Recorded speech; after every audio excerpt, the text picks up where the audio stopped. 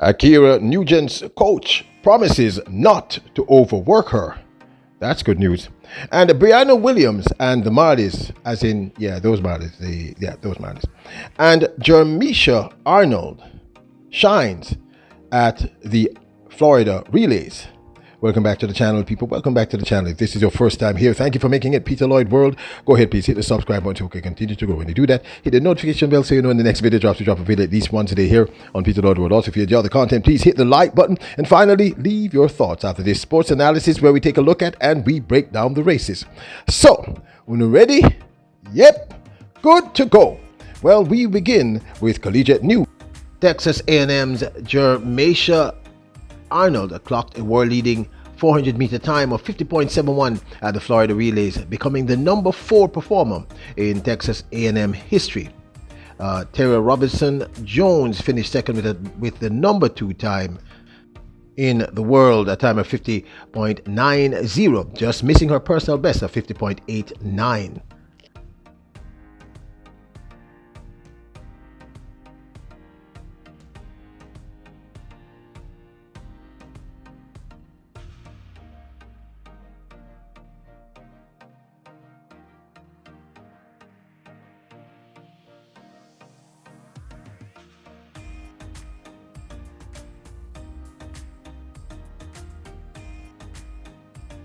Those are very impressive times, people.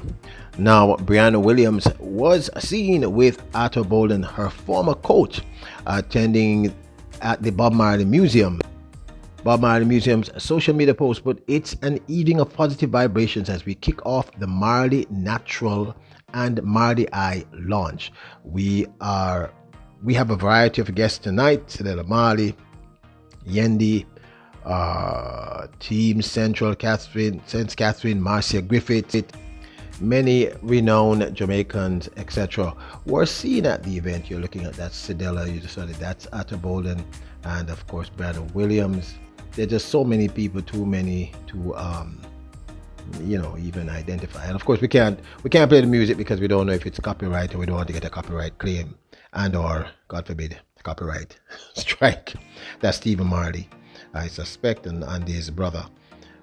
We just saw Nadine Sutherland. Of course, everybody knows Beat. Well, this is Beat Man if you don't know. So numerous people were there, and it was great to see one of our top female sprinters there. Of course, the Honorable Babsy Grange, Yendi. Babsy Grange was with Marcia Griffiths. This is Sedella, of course, and you've already seen Arthur Bolden and Briana Williams. Now, this young lady, Ackera Nugent, recently ran 12.95 to get to the finals at the Texas Relays in the prelims of the women's 100-meter heats. That's the race going on, as you can see. She did not return, so we at one point thought that she had been injured. We have spoken to her, she was fine. However, what caught our attention was this article. Ackera Nugent'S coach at her new place of residence in terms of college, which of course is Arkansas. She's now with the Arkansas Razorbacks. Well, he's made a few promises that we find interesting. Now, we are constantly complaining about the fact that many of our top tier athletes who go into the collegiate system are overworked, and by the time they get to the national trials here in Jamaica, they simply are, they've passed their peak, past their best, and they're exhausted. There's no way they can make the national trials team. So I found this article, and you should probably too, because we all talk about this constantly, really interesting. Nugent's University of Arkansas's coach, which is Chris Johnson, has basically promised that he would not be, this is Chris Johnson, not be overworking the NCAA champion and record holder for the women's 60-meter hurdles from this year, of course, which is Ackera Nugent.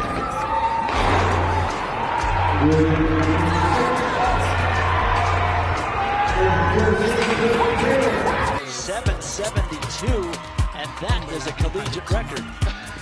Chris Johnson, who was voted the National Women's Assistant Coach of the Year for the 2023 NCAA D1 indoor track and field season by the United States Track and Field. That's by the United States Track and Field and Cross Country Coaches Association, said they are taking everything into consideration as they prepare her, meaning Ackera Nugent, for the long season. Johnson said, in our training, all that is taken into consideration. I mean, you can look back at our indoor season and see that Ackera Nugent, didn't race very much. It's almost like we're working backwards versus forward, he said, when asked if there was consideration for her possibly competing for Jamaica in the World Athletics Championships in Budapest, Hungary in August. And of course, I'm throwing in my 2 cents, of course.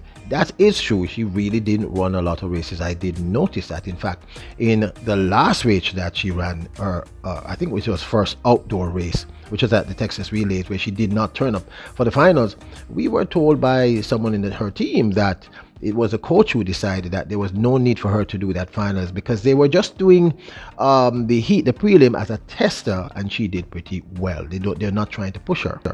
When pressed about whether or not they're taking into consideration the fact that she could make Jamaica's World Championships team, Johnson went on to say, all those things have been taken into consideration. Nothing is given. So we understand that she's got to earn her way onto the Jamaica team.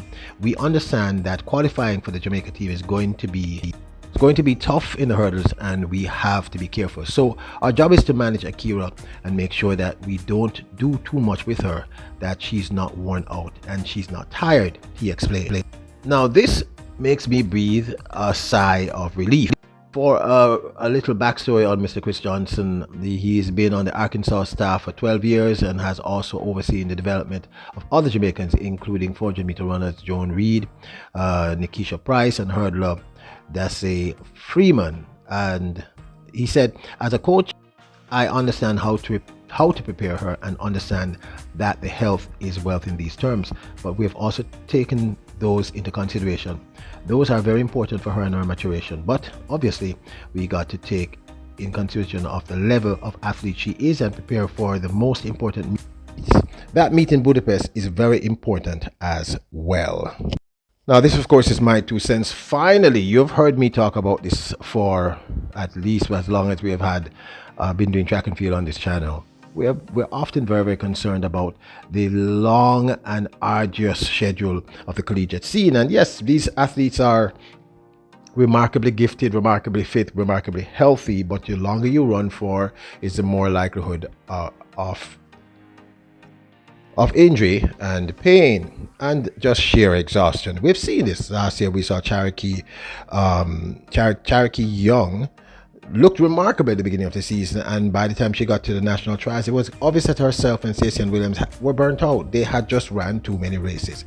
Now there are a few athletes who it doesn't seem to impact as badly. Abby Steiner went on to make it to, I think, the semi-finals or the finals of the 200 meters, but she still was not at her best. It was obvious. So to hear this coach from Arkansas speak about our Ackera Nugent in this manner is heartwarming, uplifting, and a relief, because it means that he gets it. And of course, just logistically, this is better for Arkansas if they produce a medal at World Championship level. So kudos. I have heard this young lady, Ackera Nugent, speak very, very highly of the coaching staff there at Arkansas. So this is a relief, people. Finally, some of the collegiate coaches are getting it. You can't burn out the athletes, and they're actually structuring the season around the athlete so that the athlete will be able to perform at their best come World Championship or Olympics, or just trying to get to their country's national team. So that's a big, big deal. And I just thought you might find this was a relief to me on a personal level. And it's obvious because he hasn't ran her very, very much. And I'm wondering, I've noticed this. The same thing with LSU and our Briana Liston. They haven't ran her very much. And I'm happy to see that they're not burning out these athletes. So I thought you might want to see this, and I'm relieved. Let's see if they continue down this path in general. But this, of course, is my 2 cents. I would absolutely love to hear your thoughts. Now, don't forget to hit the subscribe button, hit the notification bell, hit the like button. Remember, you're royals, kings, and queens. Bless up!